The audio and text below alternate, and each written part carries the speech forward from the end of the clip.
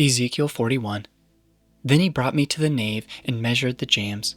On each side 6 cubits was the breadth of the jambs, and the breadth of the entrance was 10 cubits. And the side walls of the entrance were 5 cubits on either side. And he measured the length of the nave, 40 cubits, and its breadth 20 cubits. Then he went into the inner room and measured the jambs of the entrance, 2 cubits, and the entrance 6 cubits, and the side walls on either side of the entrance 7 cubits. And he measured the length of the room, 20 cubits, and its breadth 20 cubits across the nave. And he said to me, "This is the most holy place." Then he measured the wall of the temple, 6 cubits thick, and the breadth of the side chambers, 4 cubits, all around the temple. And the side chambers were in 3 stories, one over another, 30 in each story. There were offsets all around the wall of the temple to serve as supports for the side chambers, so that they should not be supported by the wall of the temple. And it became broader as it wound upward to the side chambers, because the temple was enclosed upward all around the temple. Thus the temple had a broad area upward, and so one went up from the lowest story to the top story through the middle story. I saw also that the temple had a raised platform all around. The foundations from the side chambers measured a full reed of 6 long cubits. A thickness of the outer wall of the side chambers was 5 cubits.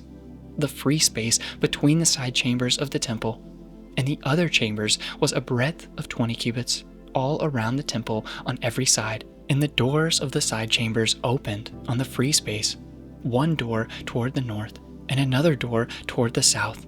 And the breadth of the free space was 5 cubits all around. The building that was facing the separate yard on the west side was 70 cubits broad, and the wall of the building was 5 cubits thick all around, and its length 90 cubits. Then he measured the temple 100 cubits long, and the yard and the building with its walls 100 cubits long. Also the breadth of the east front of the temple, and the yard 100 cubits. Then he measured the length of the building facing the yard that was at the back and its galleries on either side 100 cubits. The inside of the nave and the vestibules of the court, the thresholds and the narrow windows and the galleries all around, the 3 of them opposite the threshold, were paneled with wood all around, from the floor up to the windows. Now the windows were covered to the space above the door, even to the inner room and on the outside, and on all the walls all around, inside and outside, was a measured pattern. It was carved of cherubim and palm trees, a palm tree between cherub and cherub. Every cherub had 2 faces, a human face toward the palm tree on the one side, and the face of a young lion toward the palm tree on the other side. They were carved on the whole temple all around, from the floor to above the door. Cherubim and palm trees were carved.